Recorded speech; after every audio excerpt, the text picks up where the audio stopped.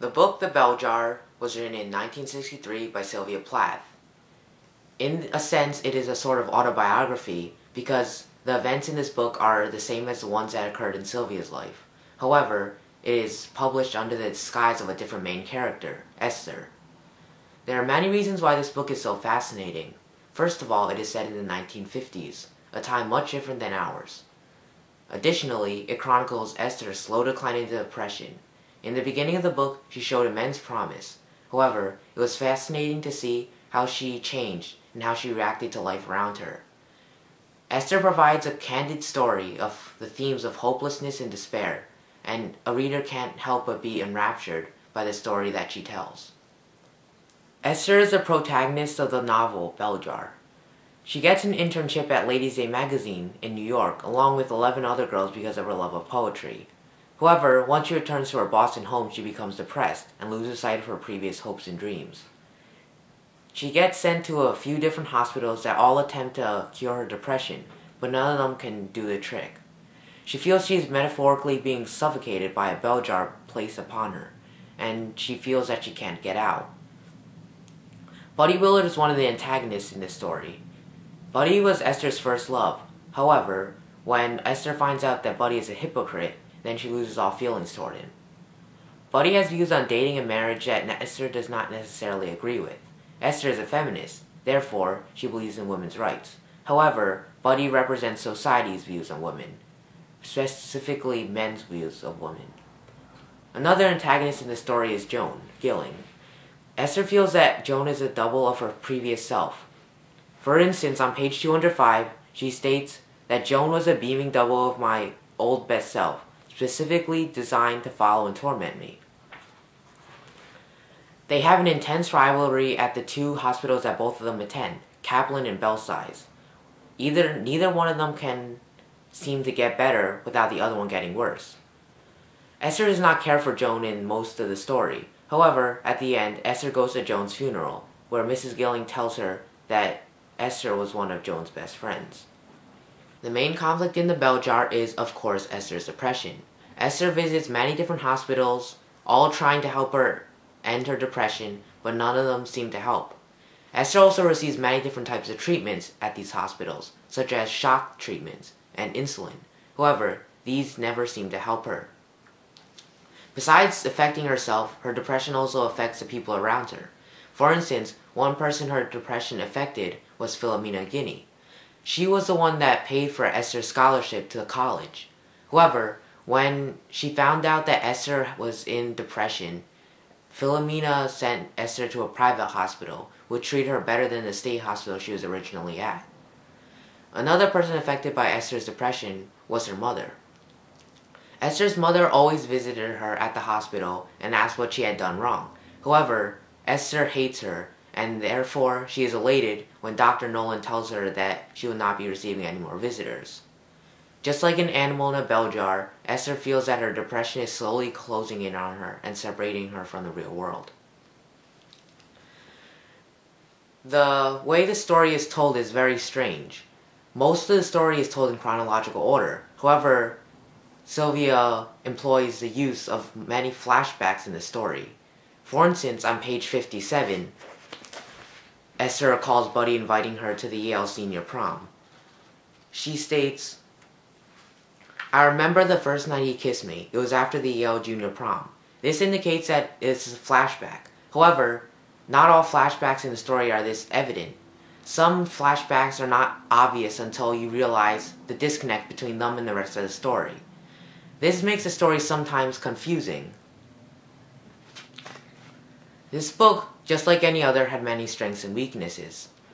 The strengths of this book was that it was in first person. Therefore, Esther was telling her emotions and the reader could find out what her thoughts were whenever she did something. Additionally, the author talks about a timeless topic, depression. Even in present day, depression is still a very prevalent issue, and this book can easily be translated to modern times without much changes. However, there is many weaknesses in the story as well.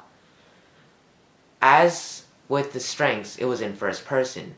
However, that meant that she did not accurately portray some of the events that happened in the story, and instead distorted them. For instance, she made some people in the story, such as Buddy and her mother, seem worse than they actually were.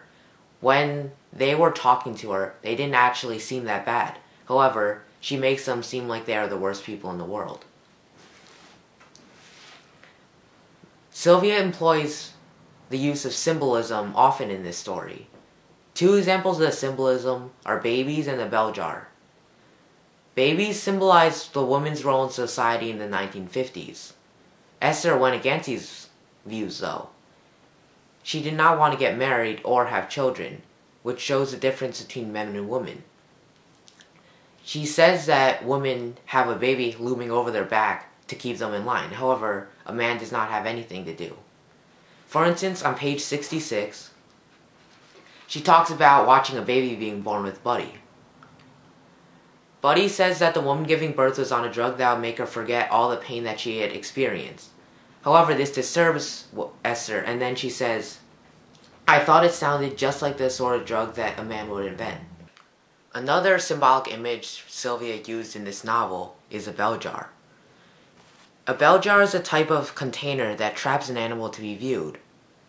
Esther feels that she is trapped in her own bell jar, and she used a bell jar as a symbol to show herself being trapped and being viewed by the rest of society. The main character's mental illness progresses at varying paces during this novel. In New York, her depression is minor. However, when she went home, her depression got worse, and it got worse very fast. She tried to kill herself twice, and she almost did the third time when she ate the 50 sleeping pills. When she went to the asylums, such as Kaplan and Belsize, her condition varied and fluctuated. So when she first entered, she was extremely depressed and wanted to kill herself at almost every instance. However, when she was about to leave in the last chapter of the book, she felt more pure, and she felt that the bell jar was slowly being lifted off of her. However, she still felt that it could fall on her any minute and she could be sunk further into her depression again. The mental health system of the 1950s varied greatly from the mental health system today. In the book, patients are treated poorly. Doctors use electrotherapy and insulin injections with the hope of getting a reaction in order to help patients recover from depression. However, these treatments hardly worked, and they were very risky. In addition, nurses treated the patients very poorly. They did not seem to care for the patient as nurses do today. For instance, on page 182, Esther knocks over a tray of thermometers. She says, "A heavy naughtiness pricked through my veins, irritating and attractive as the hurt of a loose tooth.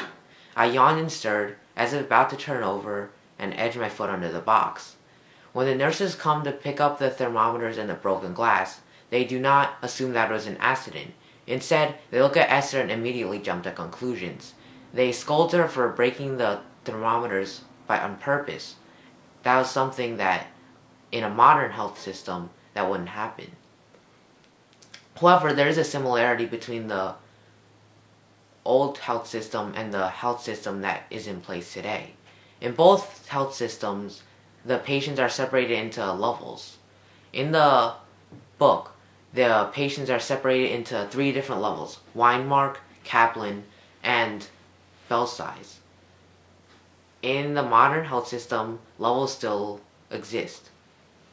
A woman's role in society in the 1950s was very different than a woman's role in society today. In the 1950s, all a woman was expected to do was cook and clean, and not even hold any jobs.